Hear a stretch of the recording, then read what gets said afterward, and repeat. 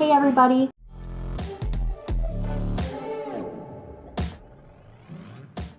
So on your first day, I'd say the most important thing is to just jump right in. Sometimes when I get started with a new program, I can lose momentum if I don't get started right away, and I don't want that to happen to you.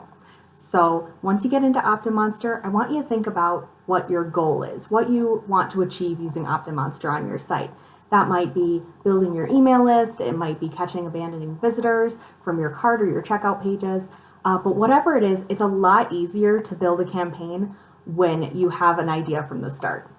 So after that, just get used to playing with the builder. It's okay to start and stop, or to stop completely and create a completely new campaign. That's what we're here for in the product success and the customer success teams, is to help you work through anything that's confusing or anything that's hard, or if you just want to get something just right, we can help you out with that.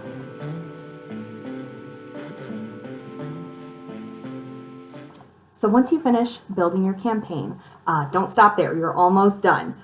You need to make sure to connect to your site with either the embed code or the WordPress plugin.